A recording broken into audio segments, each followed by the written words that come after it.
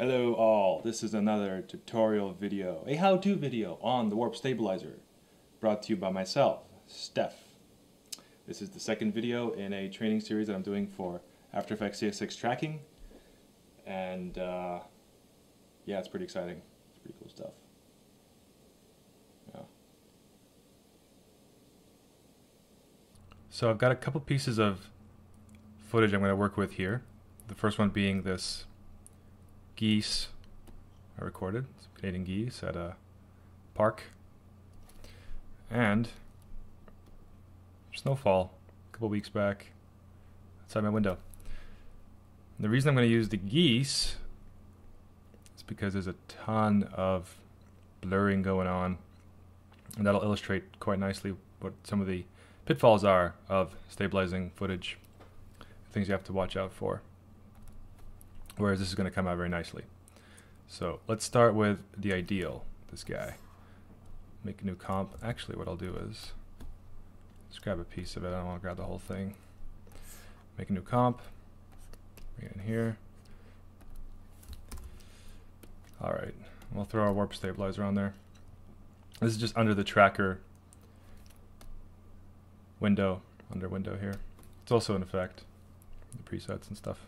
Effect and presets pane. So this is analyzing right now. It'll automatically analyze the moment you put it on there. There's a bunch of options here I'll go through in a moment once this is done.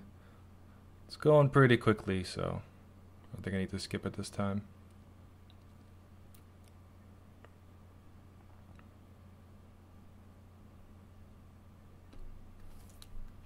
Alright, let's see what it looks like.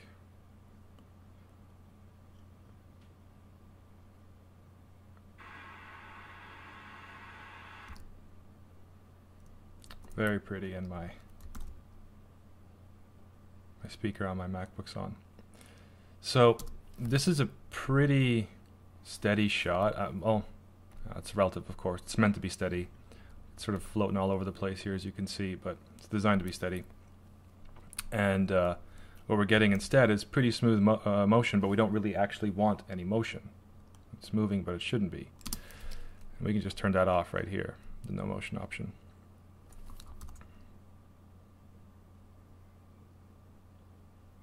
Bam. Done.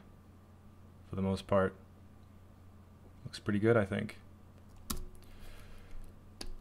So this is a really simple example of how well it can work out.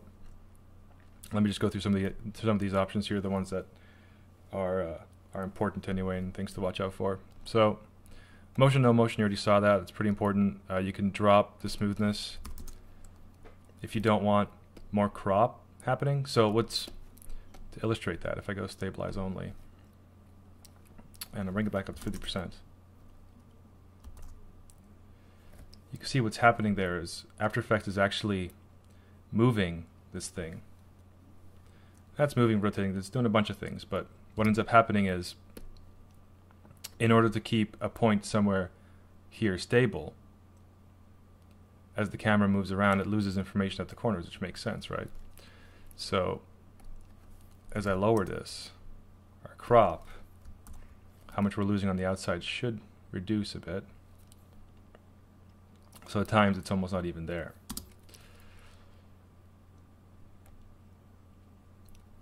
So smoothness essentially just controls how much smoothing you're doing. It's pretty straightforward. There it is. Method uses a bunch of different, you have a bunch of different options here. Basically, they're kind of in ascending order of complexity. So position's the simplest, position, scale, rotation's a bit more complex, perspective and subspace warp. This is the best place to start. I mean, After Effects will automatically drop down and drop down and drop down as it needs to based on how much information it has from these. So you just start here. This is usually the best place to start. Framing, stabilize only. This is what I just set here so you can see the outside. If I go to crop, it'll automatically, actually rather, if I go to crop auto scale, it'll automatically auto scale to whatever it needs to auto scale to so that you don't have that crop on the outside. And we get that. So if we watch this now, we actually have some pretty nice smooth motion. So if we wanted to make this look a little bit more lively, we could do that, but for my purposes, I don't really want to do that. I think it looks better with no motion at all. So there it is. And that's the basics. And when you're done, you can just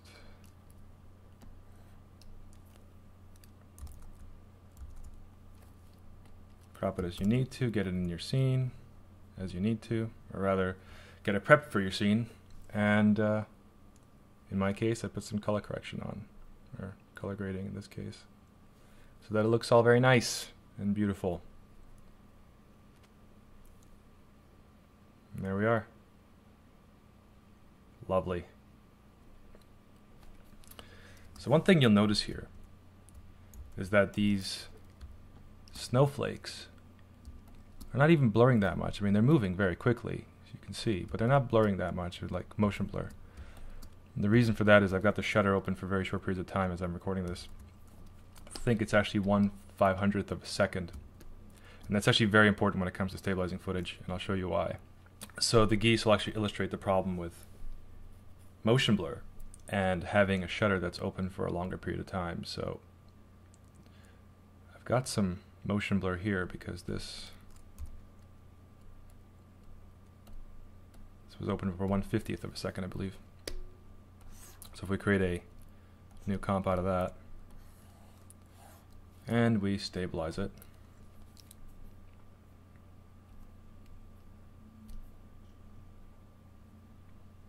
that's only 22 frames, should finish pretty quickly, I think. But you can see this is actually going quite a bit slower because of the additional calculations it's seeming to require to do. Let's see what we get. So there's some actual depth of field stuff going on here as well, because I think I was using the autofocus, but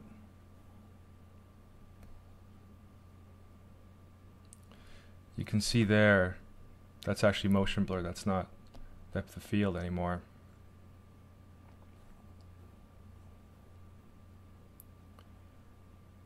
If I turn this off for a moment, it's because the camera's kind of dropping down a bit.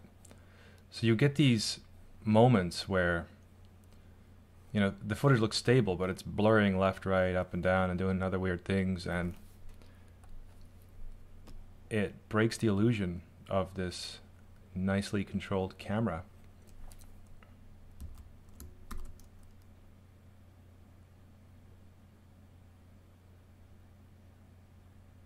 So it's definitely one thing you have to watch out for. So when you're taking your footage, or rather shooting it for the first time, you want to make sure that your shutter's quite fast.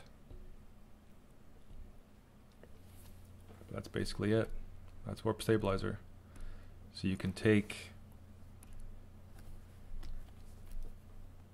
shots that you would have done handheld and make them completely stable, or give them very nice smooth fluid motion so it looks like you're using a jib or a dolly or something, and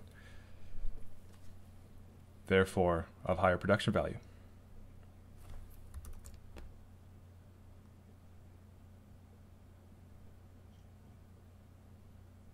I mean, I just did this outside my balcony there, and it looks great. This could totally fit into any kind of cinematic moment, I think. As always, if you like my content, please subscribe, comment, like, unlike, whatever you feel like you need to do.